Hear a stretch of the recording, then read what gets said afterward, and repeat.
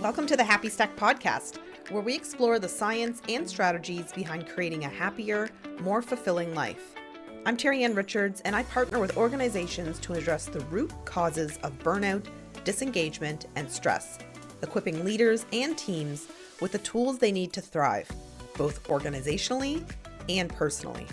Each episode, we dive into practical habits, insights, and strategies to help high performers like you level up from the inside out. Let's get stacking.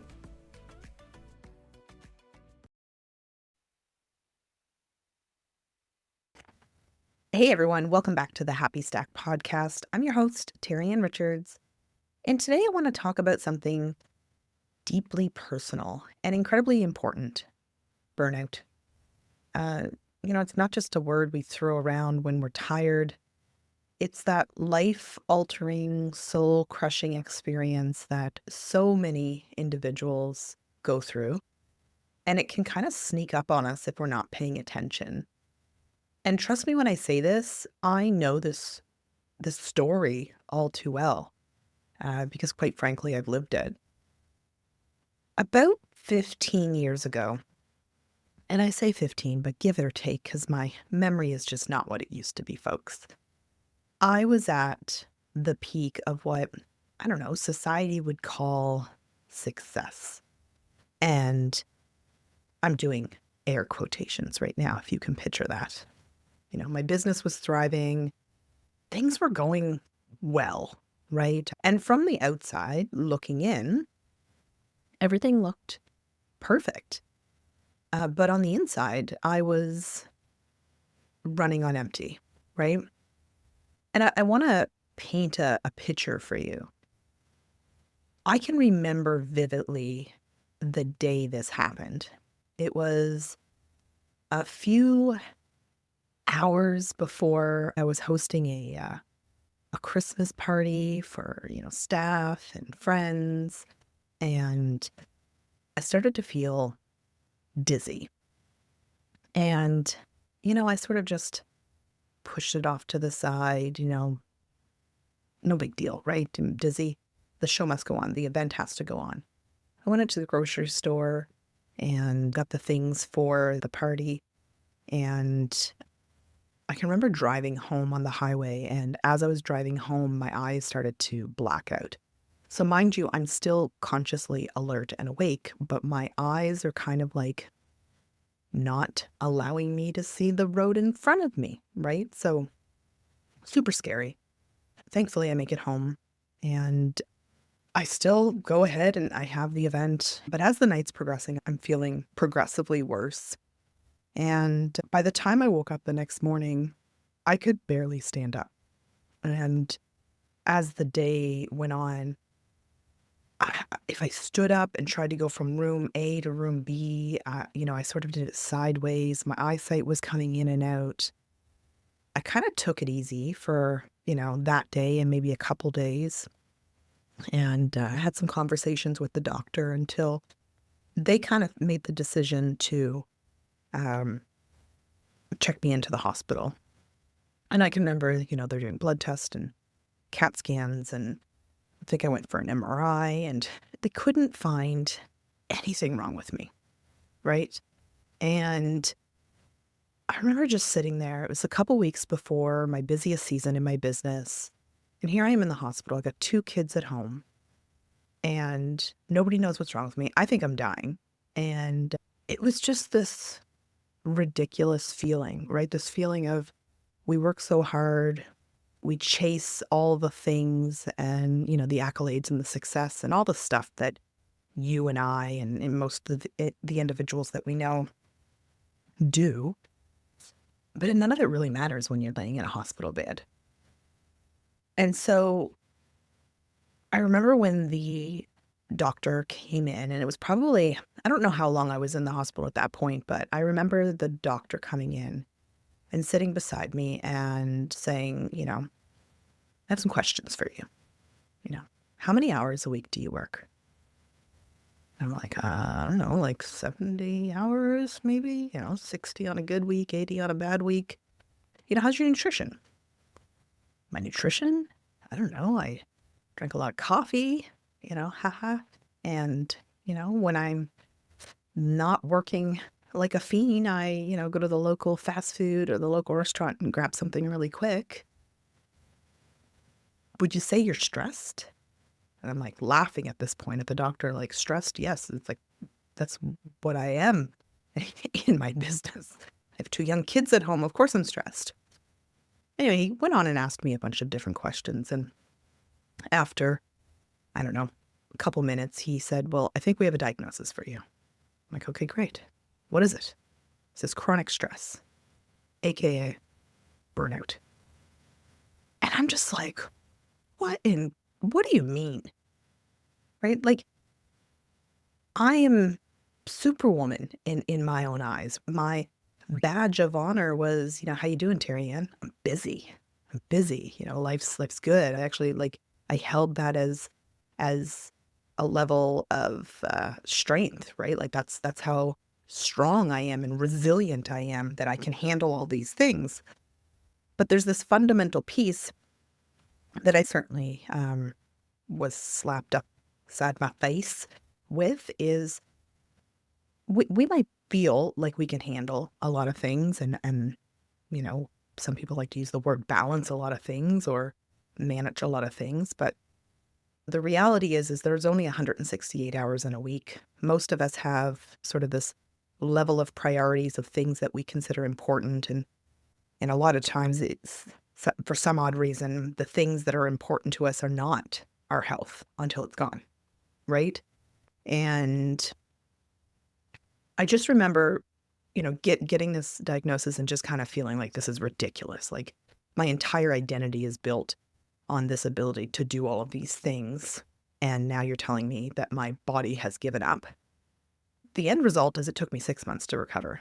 I think I was in the hospital for a few weeks. Took me 6 months to recover. I can remember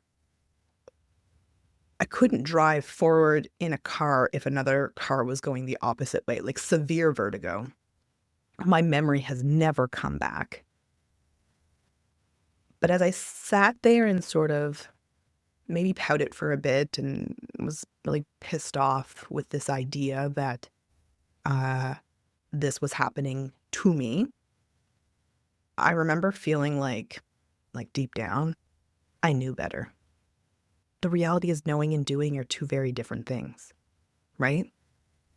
And so that experience shook me.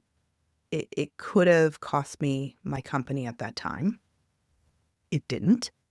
Um, that's for future stories because the company ended up failing it not too long after that anyway. But that was not specifically to the burnout.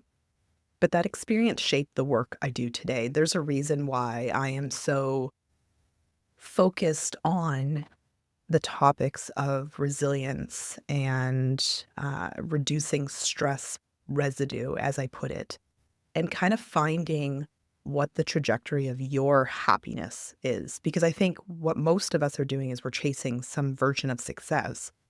But what we really want is to be happy. And so I've spent years, like years, diving into the science of stress, the psychology of change, and how we recover and rebuild. And here's what I've learned: burnout doesn't have to be the inevitable cost of living a go, go, go lifestyle. There actually is a better, proven, more sustainable way. And, through my own muck ups and then going and becoming a student of this and taking courses and researching the heck out of, because let's be clear, I think I'm smart. I would assume a lot of people who go through a burnout are really smart people. But somehow they know better, they don't do better, and they end up losing health and having to take time off of work and maybe not being able to show up for important functions in their family. To me, that's an important moment for us all to kind of go, there's this process that I've developed called the S-focused process. And really, it's a framework that I use to align what I consider the three critical elements of a integrated life: soul, strength, and synergy. And so what I want to do is sort of break down for you what each of those are, and maybe give you some pointers on things that you can reflect on, and tactics, if you will, that you can put in place in your life that will allow you to avoid what I and a multitude of others have gone through. And hey, if you've already gone through this and you're coming out the other side and you're just trying to figure out, okay, how do I not do that again? Maybe some of this will land with you. So, soul, are you connected to your values and your purpose? Think of this as the foundation. If you're not connected to what truly matters to you, you're building a life on shaky ground. I- to me, your values and what you stand for is the foundation of your house, you, right? And if you build that on hay or loose sand, the whole thing comes tumbling down. And so, some questions that I think sort of help you figure out, are you connected to that, is, well, what's driving your decisions right now? Are you doing it, as I have in the past, because of FOMO, fear of missing out? Are you doing it because society has told you that's the next right move for you? Or are you doing it because it's something that you are innately and internally passionate about? It's something that's important to you. Because making decisions based on fear, pressure, or obligation is a surefire way to build a house on loose sand. And then think of your core values. And I don't know why. I used to think this was so woo-woo or frou-frou or some ridiculous repetitive word I can say to go like, what are your core values? But now I literally understand. Like, if you got in a car and you were about to go to a direction that you've never been in your entire life before, you would put the address in your GPS and you would allow it to dictate the direction you need to go to end up where you want to go. And for some odd reason, we don't seem to think that that's as important in terms of where we're trying to end up on an annual basis, on a lifetime basis. Well, if I know where I want to end up is X, and the who I am, what I stand for is Y, then why wouldn't I put that into my GPS? Why wouldn't my decisions be based on who I am and where I'm going? So I think it's super important to know what your core values are, and not just know what they are, but like, what does it mean for you to be living in your core values? Like, I'll share my four. I just did my core value exercise not too long ago. But the four for me are curiosity, creativity, courage, and connection. And so the questions I ask myself, for curiosity, am I staying open to learning? And am I exploring new perspectives? In other words, am I stuck in my old ways and I have my blinders up? Or am I open to having conversations that may be opposite to what I believe in that moment, or opposite to what I understand? Am I open to having those kind of conversations? Am I open to learning new things? Right? Because everything I believe today is based on what I've learned yesterday. But am I open? And so one of my core values is curiosity. And then for creativity, how can I bring fresh ideas or innovative solutions to the things that I'm doing? Again, kind of playing off of curiosity is, am I open to learning, but am I open to bringing fresh ideas and innovation to the way I work with my clients, to the way I stand up on a stage? You think of AI and how it sort of has come into the world. Am I open to using that to allow me to be more creative? And then there's courage. Like, am I leaning in to bravery, even when it's uncomfortable? Am I willing to do the hard things? And then lastly, it's connection. Am I nurturing the relationships that matter to me? And am I showing up authentically in those relationships and in interactions? So I challenge you to take a moment today to reflect on your own core values. And are you connected to what truly matters for you? Then the strength. Are you nurturing your physical and mental energy? Here's the truth. You cannot pour from an empty cup. Strength is not about, you know, becoming full on biceps, but if you want to, you can do that. But strength's about like replenishing your physical and mental reserves so you can show up fully for yourself and others. You've only got, as far as I know, one life to live. This is the vessel, this is the body that you have. Whatever it is you're chasing as a leader, as an entrepreneur, as a professional, it ain't going to happen unless you take care of you, the vessel. And so this might mean, I don't know, prioritizing sleep, saying no to overcommitting, taking 10 minutes a day to do deep breathing, going for a walk. They say, what is it, 15 minutes of a brisk walk a day helps to release something they've dubbed hope molecules, releasing all those happy hormones into your bloodstream and into your body so that you can think more positively and feel better. And so this isn't about the big changes. This is about, starting small, and consistency is the key. And then lastly is synergy. Are your actions aligned with your priorities?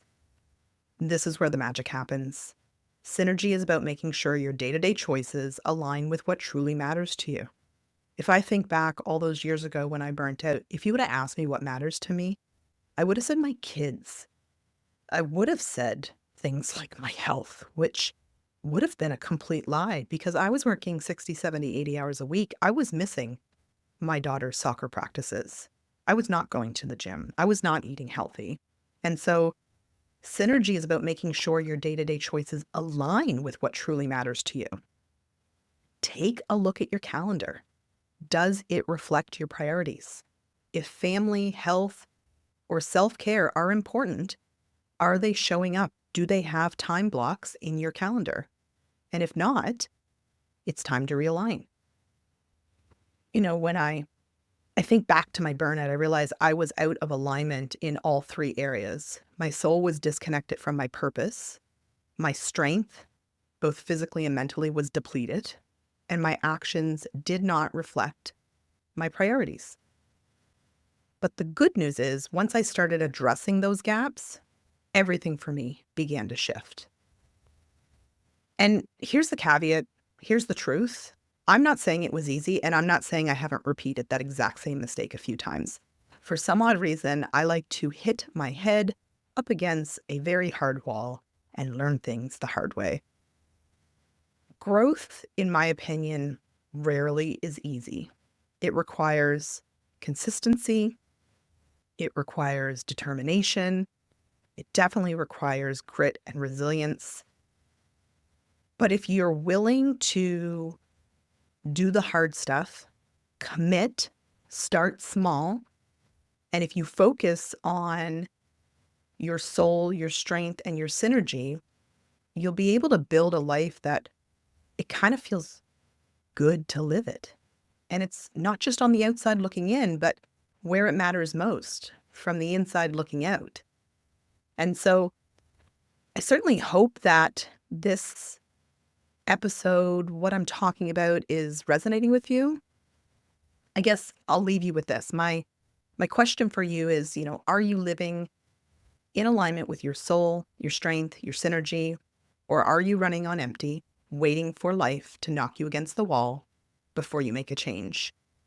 If I've learned anything in life, is the pace in which we go at things without replenishing is not sustainable. You only have one life, one body, one chance to live it in a way that feels meaningful and fulfilling. Don't wait for burnout to wake you up. Take a pause, reflect, and look at this as an investment in yourself, because the reality is you are worth it. And if you don't believe that personally, there is somebody out there who cares about you that will say it for you because you are worth it to them. Anyway, If this landed with you, let's start a conversation about sustainable success, about finding happiness and joy and fulfillment, and looking at those three areas of your soul, your strength, and your synergy. Hey, thanks for listening to the Happy Stack podcast. If you enjoyed today's episode, be sure to subscribe, leave a review, and share it with someone who could use a little extra happiness in their life. Let's keep stacking those wins together. See you next time.